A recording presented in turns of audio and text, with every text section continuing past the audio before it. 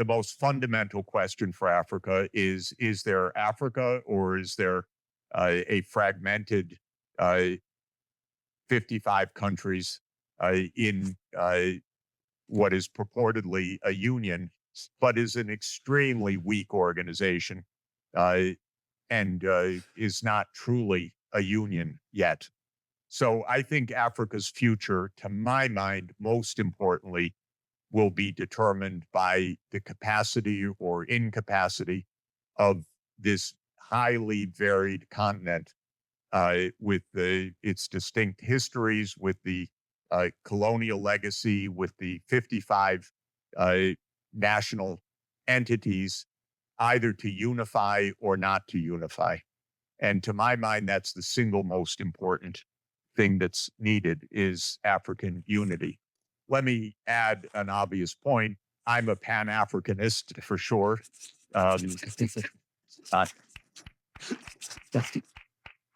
And pan-Africanism would have come about in the 1950s and 1960s had the US, UK, and France not actively killed it and literally killed its leaders in many cases.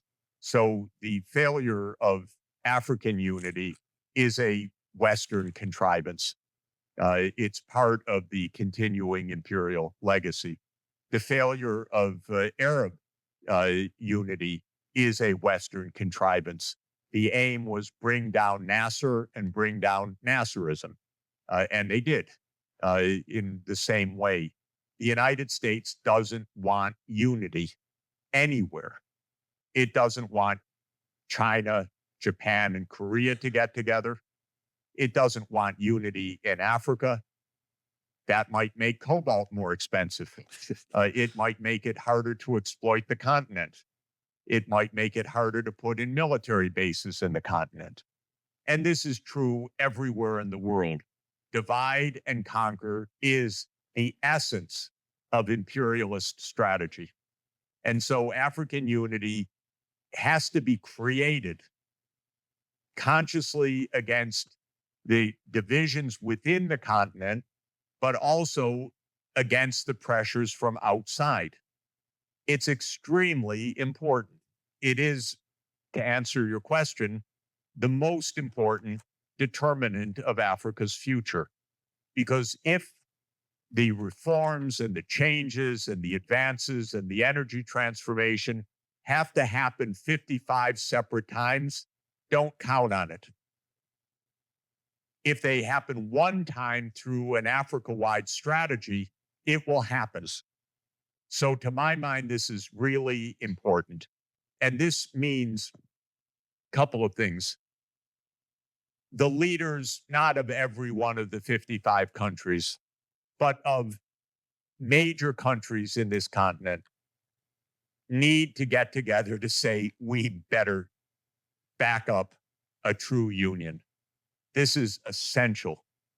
The second thing is the African Union as an institution has to say to the United States, to Europe, to China, to everybody, do not fund us 1 rand. We will fund ourselves, thank you. And this is really important, not to be owned and operated by anybody else. But that means that the countries of this region need to put in the money into the budget for the African Union and to say, this is our own destiny. And we are not going to have the EU pay for this service and this one pay for that. And because then there will never be the unity and direction needed. I don't think Africa is or the African Union is where it needs to be. And I don't think that it has an operational agenda that it really needs to have right now. It is still, it's a very important institution, but it's extremely weak. And there isn't a sense of urgency. Or, to my mind, again, I would say 5 to 10 African leaders from around the continent that say, we get it and we push. Because ultimately, the AU as it is right now, the commission, is a small bureaucratic entity. It doesn't have independent power. It's not given independent power. And it's, I think, quite useful, but it is not the kind of dynamic breakthrough that's needed.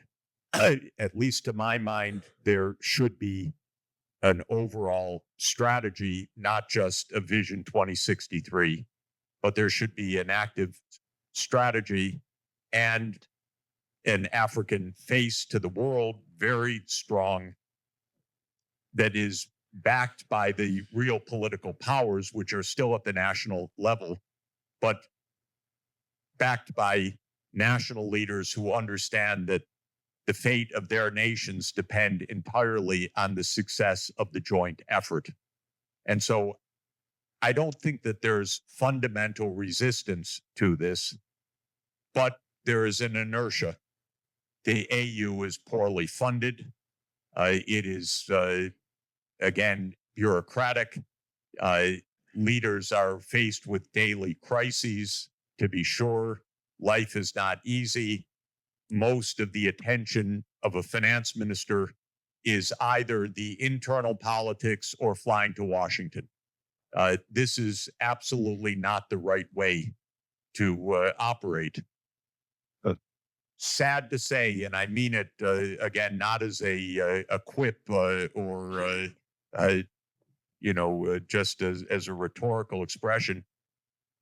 The Washington institutions are not providing any answers, and they won't. Mhm. They won't. Their main focus is two things. One, keep quiet. Don't create trouble. Poverty is not trouble for them. Underdevelopment is not trouble. Trouble is some kind of crisis. And so better no debt, no borrowing, no electricity, no education than the risk of some kind of crisis. That's one problem. And the other problem is that the fixation of the United States on China basically drains these institutions of autonomy anyway. And so you cannot get real advice from the World Bank or from the IMF. The World Bank will not do a project that puts China in the lead in some partnership with Africa in some way. It won't happen. And that is one of the crucial areas where Africa is going to make its advance, is that kind of partnership. And so we really need an Africa-made strategy that is bold and dynamic and well-informed. And I don't think that there is fundamental opposition to it in the sense of national leaders saying, no way I'll give up that sovereignty. I don't think that's the problem. I think the problem is it's not easy to do this. And it's in the context of a lot of pressures that basically drain the energy, the time, and the sense of what is realistically possible. What is realistically possible is a lot better than the current situation, though. That's the point. Yeah, of course. Every day we're trying to build a new Africa, piece by piece.